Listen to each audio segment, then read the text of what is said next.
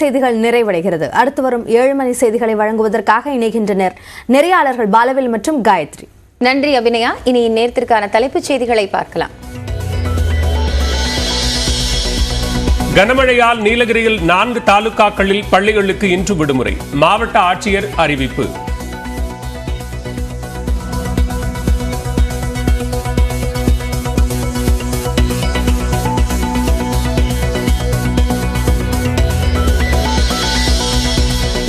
சென்னை கோயம்பேடு சந்தையில் மொத்த விற்பனையில் 100 ரூபாய்க்கு கீழ் குறைந்த தக்காளி விலை. சில்லறை விலையிலும் கிலோவிற்கு 20 ரூபாய் சரிந்து 100 ரூபாய்க்கு விற்பனை.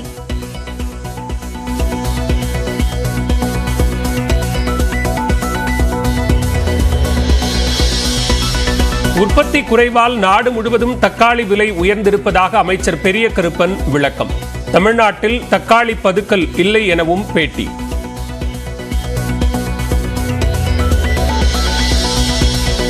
காஞ்சிபுரத்தில் நடமாடும் வாகனங்கள் மூலம் மலிவு விலை தக்காளி விற்பனை. தமிழ்நாடு கூட்டுறவுத்துறை சார்பில் விற்கப்பட்ட தக்காளியை ஆர்வமுடன் வாங்கிச் சென்ற மக்கள்.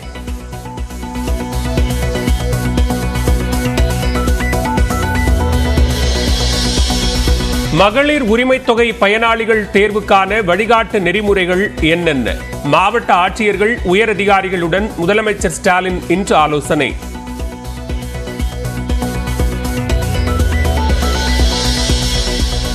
கர்நாடக நீர்வளத்துறை அமைச்சரை எதிர்த்து கேள்வி கேட்கும் தைரியம் முதலமைச்சர் ஸ்டாலினுக்கு இல்லை. மேகதாது பிரச்சனையில் அதிமுக பொதுச் செயலாளர் எடப்பாடி பழனிசாமி விமர்சனம். செந்தில் பாலாஜியின் மனைவி தொடர்ந்த ஆட்கொணர்வு மனு மீது உயர்நீதிமன்றத்தில் இன்று மீண்டும் விசாரணை. நாளைய தினம் நாள் முழுவதும் விசாரிப்பது குறித்து தலைமை நீதிபதியிடம் அனுமதி பெறப்படும் என நீதிபதி கார்த்திகேயன் அறிவிப்பு.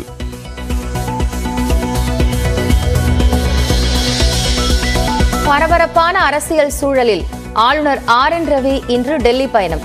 செந்தில் பாலாஜி விவகாரத்தில் மத்திய அரசு தலைமை வழக்கறிஞரிடம் கருத்து கேட்பார் என தகவல். KC வீரமணி மீதான வழக்கில் அதிகாரப்பூர்வ விசாரணை அறிக்கை நகல் வரவேண்டும் என ஆளுநர் மாளிகை தரப்பில் விளக்கம். MR விஜயபாஸ்கருக்கு எதிரான நடவடிக்கை குறித்து எந்த கோரிக்கையும் வரவில்லை என்று சட்ட அமைச்சருக்கு பதில் கடிதம்.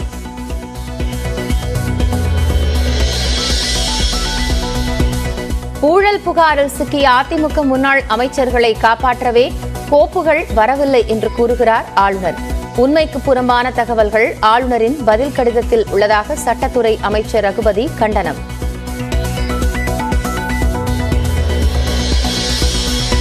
பாஜகவை எதிர்ப்பவர்களை பழிவாங்கவே பொது சிவில் சட்டம் என முதலமைச்சர் ஸ்டாலின் பேச்சு. தமிழ்நாட்டைப் போல இந்தியாவிற்கும் திராவிட மாடல் ஆட்சி தேவை எனவும் கருத்து.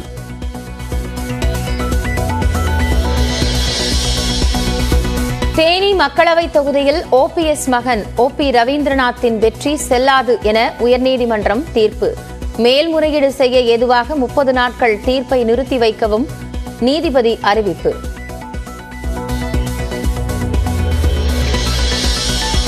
வேட்புமனுவில் சொத்து விவரங்களை குறைத்து காட்டியதாக ரவீந்திரநாத் குமார் மீது நீதிபதி குற்றச்சாட்டு. தேர்தல் ஆணையம் மனுவை ஏற்றது முறையற்றது எனவும் சென்னை உயர்நீதிமன்றம் கண்டனம்.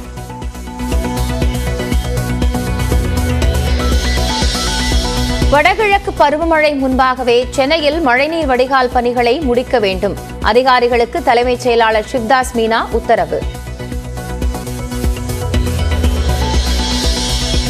செங்கல்பட்டு அரசு மருத்துவக் கல்லூரி மருத்துவமனையில் குடிநீர் தட்டுப்பாடு. நோயாளிகள் மற்றும் அவர்களது உறவினர்கள் சாலையை கடந்து சென்று கடைகளில் குடிநீர் பாட்டில் வாங்கும் அவல நிலை.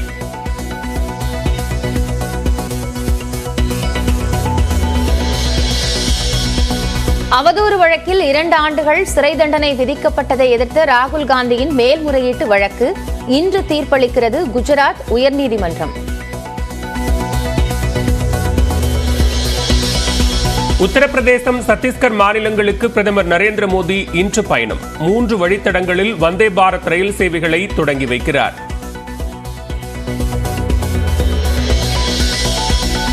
கேரளாவில் தொடரும் கனமழையால் ஆறுகளில் அபாய அளவை தாண்டி பாயும் வெள்ளம். ஆலப்புழா அருகே மழைநீரில் சிக்கிய குடியிருப்புகளில் வசித்த மக்கள் பத்திரமாக மீட்பு.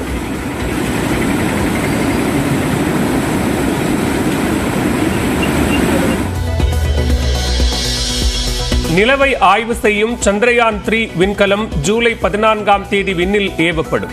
அதிகாரப்பூர்வ அறிவிப்பை வெளியிட்டது இஸ்ரோ. சென்னை தலைமை செயலகத்தில் இன்று முதலமைச்சர் தலைமையில் ஆலோசனை கூட்டம் நடைபெறுகிறது.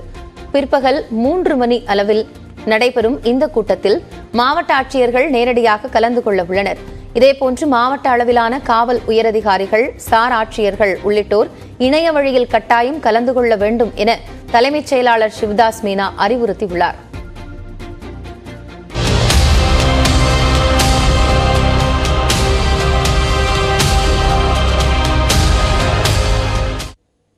அமைச்சர் செந்தில் பாலாஜி கைது தொடர்பான வழக்கில் எதையும் மறைக்காமல் அனைத்து ஆவணங்களையும் தாக்கல் செய்ய வேண்டும் என்று அமலாக்கத்துறைக்கு சென்னை உயர்நீதிமன்றம் உத்தரவிட்டுள்ளது. அமைச்சர் செந்தில் பாலாஜியின் மனைவி தொடர்ந்த ஆட்கொணர்வு மனுவை 3வது நீதிபதி கார்த்திகேயன் விசாரித்தார். அப்போது மனுவை விரைந்து விசாரித்து முடிக்க வேண்டும் என உச்சநீதிமன்றம் உத்தரவு பிறப்பித்திருப்பதை கருத்தில் கொள்ள வேண்டும் என்று நீதிபதி கார்த்திகேயன் சுட்டிக்காட்டினார். இரு நீதிபதிகளும் எந்த கருத்தில் முரண்பட்டிருக்கிறார்கள் என்பது குறித்த விவரங்களை மனுவாக தாக்கல் செய்யும்படி இரு தரப்புக்கும் அறிவுறுத்தினார். அமைச்சர் செந்தில் பாலாஜி நள்ளிரவு 1:39 மணிக்கு கைது செய்யப்பட்டதாகவும் 1:41 மணிக்கு கைது செய்யப்பட்டதாகவும் கூறப்படுவதில் சந்தேகம் எழுவதால் இந்த வழக்கின் அனைத்து புலன் விசாரணை ஆவணங்களையும் தாக்கல் செய்ய வேண்டும் என்று அமலாக்கத்துறைக்கு நீதிபதி உத்தரவிட்டார். மேலும் இந்த வழக்கில் எதையும் மறைக்கக்கூடாது என அமலாக்கத்துறைக்கு நீதிபதி அறிவுறுத்தியுள்ளார்.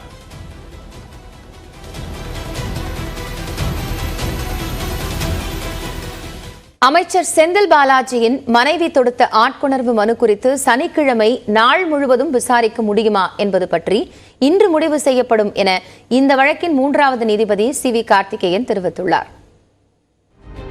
அமைச்சர் செந்தில் பாலாஜியின் மனைவி தொடர்ந்த ஆட்கொணர்வு மனு மீதான விசாரணையை சென்னை உயர்நீதிமன்ற 3வது நீதிபதி சி.வி. கார்த்திகேயன் இன்றைக்கு ஒத்திவைத்தார். சட்டவிரோத பணப்பரிமாற்ற வழக்கில் அமைச்சர் செந்தில் பாலாஜியை கடந்த மாதம் 14ஆம் தேதி அமலாக்கத்துறை கைது செய்தது. இதையடுத்து செந்தில் பாலாஜியின் மனைவி மேகலா சென்னை உயர்நீதிமன்றத்தில் ஆட்கொணர்வு மனு தொடர்ந்தார். இந்த வழக்கை இரு நீதிபதிகள் கொண்ட அமர்வு விசாரித்த நிலையில் இருவரும் மாறுபட்ட தீர்ப்பை வழங்கினர். இதனால் 3வது நீதிபதியான சி.வி. கார்த்திகேயன் முன்னிலையில் வழக்கு விசாரணைக்கு வந்தது. மனுதாரர் தரப்பில் ஆஜரான என்.ஆர். இளங்கோ வழக்கை 11ஆம் தேதி விசாரிக்க வேண்டும் என கோரிக்கை விடுத்தார். அமலாக்கத்துறை சார்பில் ஆஜரான சொலிசிட்டர் ஜெனரல் துஷார் மேத்தா அவசரமாக விசாரிக்க வேண்டும் என வலியுறுத்தினார். வழக்கை சனிக்கிழமை விசாரிக்கலாமே என நீதிபதி கார்த்திகேயன் கூறியபோது சனிக்கிழமை விசாரணைக்கு தயார் என அமலாக்கத்துறை தரப்பில் தெரிவிக்கப்பட்டது. சனிக்கிழமை நாள் முழுவதும் விசாரிக்க முடியுமா என்பது குறித்து இன்று முடிவு செய்யலாம் என்றும் தலைமை நீதிபதி அனுமதித்தால் சனிக்கிழமை விசாரிக்கலாம் என்றும் நீதிபதி கார்த்திகேயன் தெரிவித்தார். இதனால் செந்தில் பாலாஜி வழக்கு மீதான விசாரணை இன்று மீண்டும் நடைபெறவுள்ளது. இடைவேளைக்கு பிறகு மற்ற செய்திகளை பார்க்கலாம்.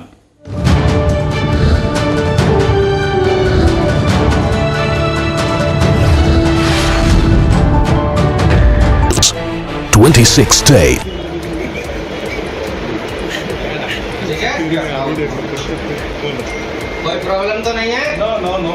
अगर कोई प्रॉब्लम हो तो निकाल दे बाबा।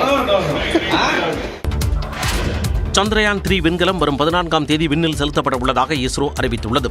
நிலவின் தென்துருவம் குறித்து ஆராய்வதற்கான சந்திரயான் 3 விண்கலத்தை இஸ்ரோ விஞ்ஞானிகள் வெற்றிகரமாக வடிவமைத்துள்ளனர். ஆந்திர மாநிலம் ஸ்ரீஹரிகோட்டாவில் உள்ள சதீஷ் தவான் விண்வெளி ஆய்வு மையத்தில் வருகின்ற 14ஆம் தேதி விண்ணில் ஏவப்பட உள்ளது. இதையொட்டி சந்திரயான் 3 விண்கலத்தை LVM-3 ராக்கெட்டில் விஞ்ஞானிகள் வெற்றிகரமாக பொருத்தினர். விண்கலத்திற்கும் ராக்கெட்டிற்கும் இடையிலான ஒருங்கிணைப்பு செய்யப்பட்டதை தொடர்ந்து ஏவுதளத்திற்கு நகர்த்தப்பட்டது. ஜூலை 14ஆம் தேதி மதியம் 2:35 மணிக்கு சந்திரயான் 3 விண்கலம் விண்ணில் ஏவப்படுகிறது.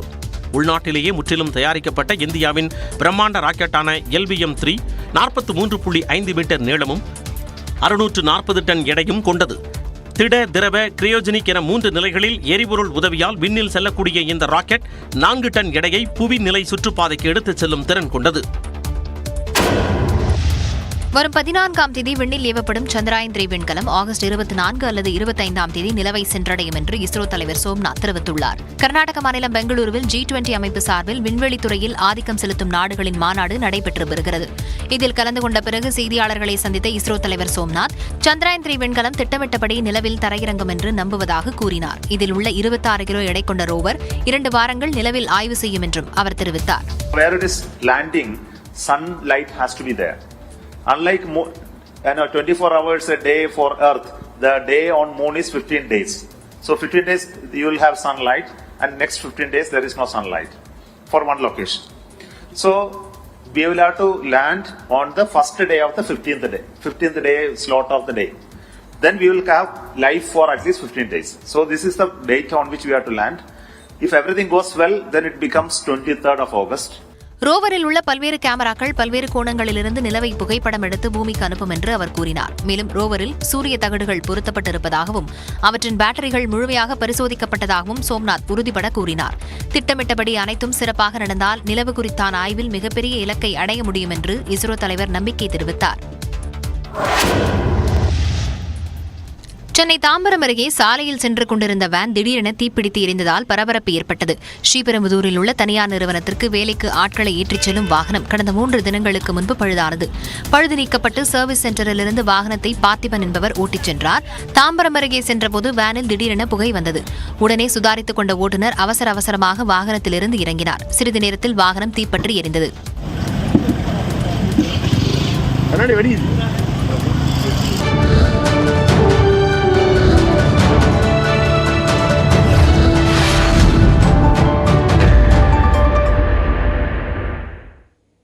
தொடர்ந்து இனி முக்கிய செய்திகளை 1 நிமிட தொகுப்புகளாக பார்க்கலாம்.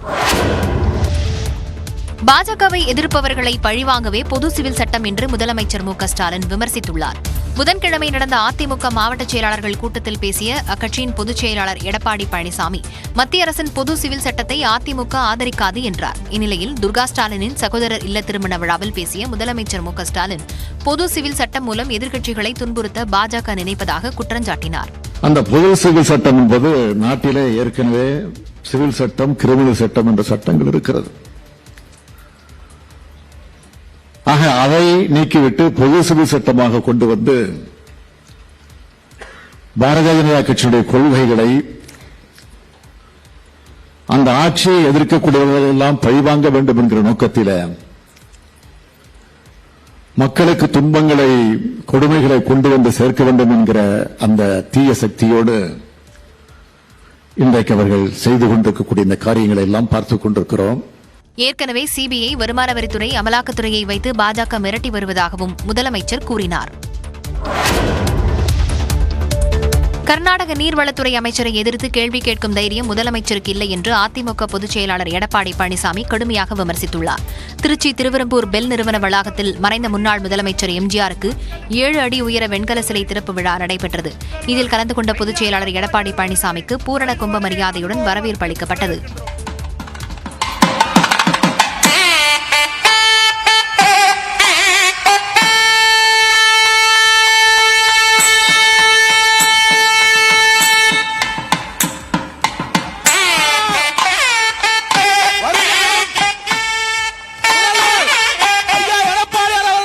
நிகழ்ச்சியில் பேசிய எடப்பாடி பழனிசாமி தமிழ்நாட்டில் மின்சார கட்டணத்தை கேட்டாலே ஷாக் அடிப்பதாக கூறினார். குறுவை சாகுபடிக்காக கடைமடை விவசாயிகள் தண்ணீருக்காக ஏங்குவதாகவும் கூறினார். காவிரி மேலாண்மை ஆணையம் சொன்னாலும் சரி, காவிரி நீர் முறைப்படுத்திக் கொண்டு சொன்னாலும் சரி, நாங்கள் தண்ணீரை கொடுக்க மாட்டோம் என்று ஒரு நீர்ப்பாசனத்துறை அமைச்சர் குறிப்பிடுகிறார். அதை கேட்க தில்லு திராணி நம்முடைய முதலமைச்சருக்கு இருக்குதா?